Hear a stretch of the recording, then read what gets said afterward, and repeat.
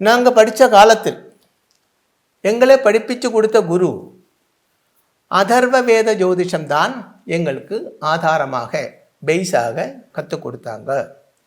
அதில் இருந்து தான் பிரஸ்னம் வச்சது.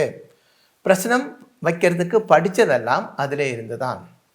பிரஸ்னம் வச்சு அக்யூரேட்டாக பலம் பார்த்து நிறைய விஷயங்கள் இருக்குது, நிறைய விஷயங்கள் இருக்குது அனுபவத்தில்.